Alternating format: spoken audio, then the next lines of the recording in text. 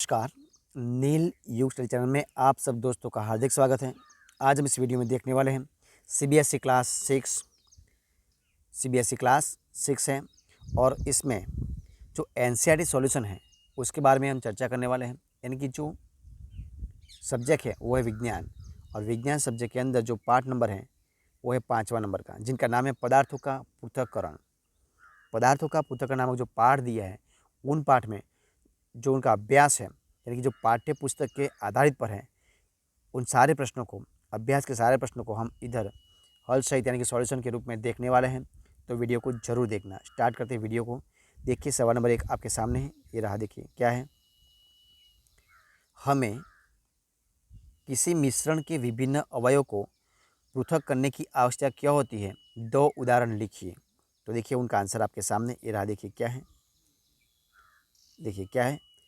तो निम्नलिखित कारणों से मिश्रित में उपस्थित अवयवों को अलग करने की आवश्यकता पड़ी। तो पहला है क्या है, मिश्रण में से अनुपयोगी या हानिकारक पदार्थों को अलग करना। उदाहरणार्थ, चाय बनाने के उपरांत चाय की पत्तियों को अलग करना। दूसरा देखिए क्या है, मिश्रण में से उपयोगी अवयव को प्राप्त करना। उदाहरणार्थ, गेहूँ या चावल के दोनों में से भूसे को अलग करना। तीसरा, मिश्रण में से अशुद्धता को अलग करके शुद्ध पदार्थ प्राप्त करना। उदाहरणार्थ, सीरा में से चीनी के रवे प्राप्त करना, समुद्र जल से नमक प्राप्त करना। ठीक है, अब देखिए दो उदाहरण।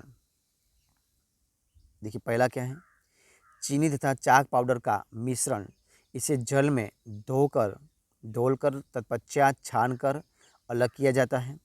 फिर विलयन का बाष्पन करके चीनी अलग प्राप्त होती है।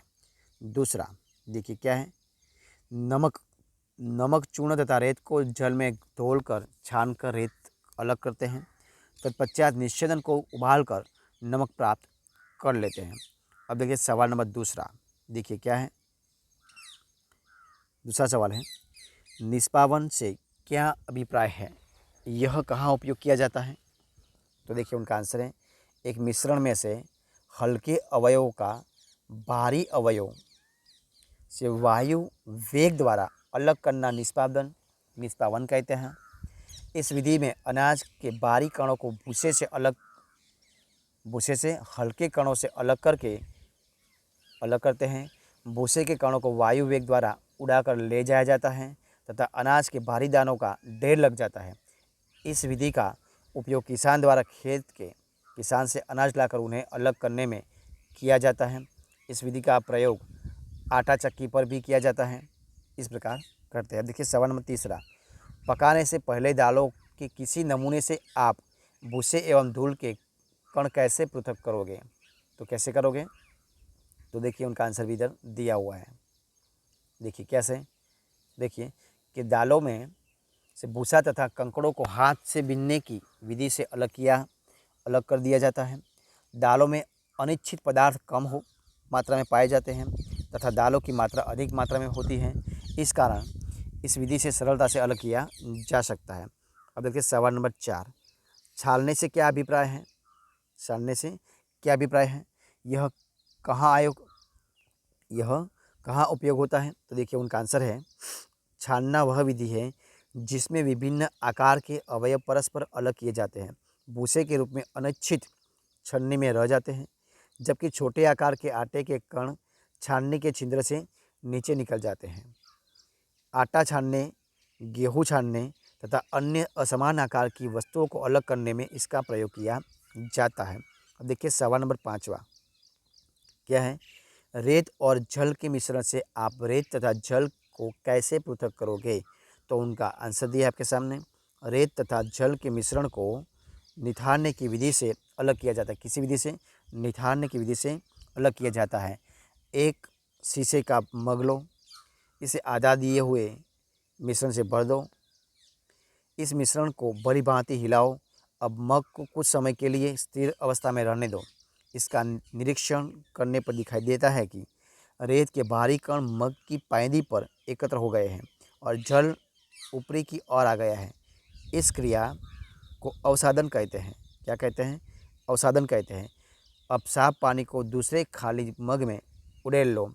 ध्यान रहे कि जल विचलित न हो जाए। इस विधि को निथारना कहते हैं। इस प्रकार से रेत को जल से अलग कर लेते हैं। अब देखते हैं सवाल नंबर 6। आटे तथा चीनी के मिश्रण में से चीनी को पृथक करना संभव है? यदि हाँ, तो आप इसे कैसे करोगे? तो उत्तर है पहला, वो आपको देखना है। जो पहला उत्तर दिया है वो आपको देख लेना है, ठीक है, पहला प्रश्न का। अब देखिए सवाल नंबर 7वां। पंकिल जल के किसी नमूने से आप स्वच्छ जल कैसे प्राप्त करोगे? देखिए उनका आंसर आपके सामने दिया हुआ है। तुम गंदले पानी में से साफ पानी को लॉडिंग विधि से प्राप्त कर सकते हो। एक बीकर लो, उसे आधा गंदे पानी से भरो। अब एक फिटकरी से छोटे टुकड़े को एक धागे में बांधकर बीकर के जल में लटकाकर उसे घुमाएं। घुमाने की क्रिया 1 मिनट तक की। अब फिटकरी को विलयन से बाहर निकाल दिया, परंतु पानी को आधा मिनट तक स्थिर रखा। मिट्टी के कण परस्पर मिलकर भारी होकर नीचे बैठ गए और पानी साफ हो गया। इस साफ पानी को दूसरी खाली बीकर में उड़ेल दिया। इस विधि में 2 विधियां हैं, लॉडिंग तथा उड़ेलना, यानी कि निथारना। अब देखते हैं सवाल नंबर आगे। सवाल नंबर 8। रिक्त स्थानों को भरिए। पहला है, धान के दानों को डंडियों से पृथक करने की विधि को खाली जगह कहते हैं, तो उसको क्या कहते हैं?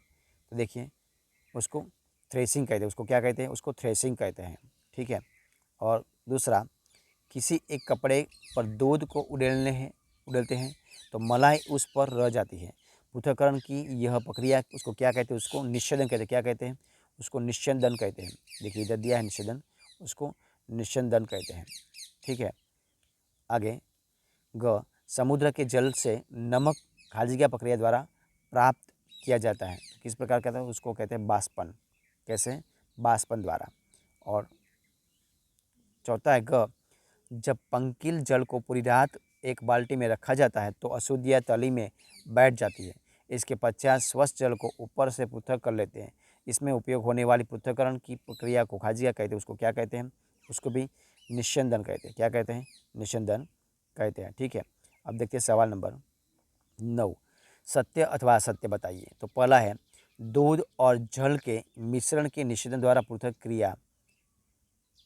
किया जा सकता है, तो ये क्या है? असत्य है। पहला क्या है? असत्य है। दूसरा देखिए क्या है? नमक और चीनी के मिश्रण को निष्पावन द्वारा पृथक कर सकते हैं, ये भी कैसा है? ये भी असत्य है। ये भी क्या है? असत्य है, सॉरी, ये भी कैसा है? असत्य है। अब देखिए आगे, चाय की पत्तियों की चाय से पृथक कर निषेधन द्वारा किया जा सकता है, ये भी कैसा है? ये सत्य है। और ये अनाज और भूसे का पृथक्करण निस्तारण प्रक्रम द्वारा किया जा सकता है, कैसा है? ये भी सत्य है। अब सवाल नंबर 10। जल में चीनी तथा नींबू का रस मिलाकर सिंकजी बनाई जाती है। आप बर्फ़ डालकर उसे ठंडा करना चाहते हो। आप सिकंजी में बर्फ़ चीनी घोलने से पहले डालोगे या बाद में? किस प्रकरण में अधिक चीनी घोलना संभव होगा? तो देखिए हम बर्फ़ को चीनी घोलने के बाद में डालेंगे।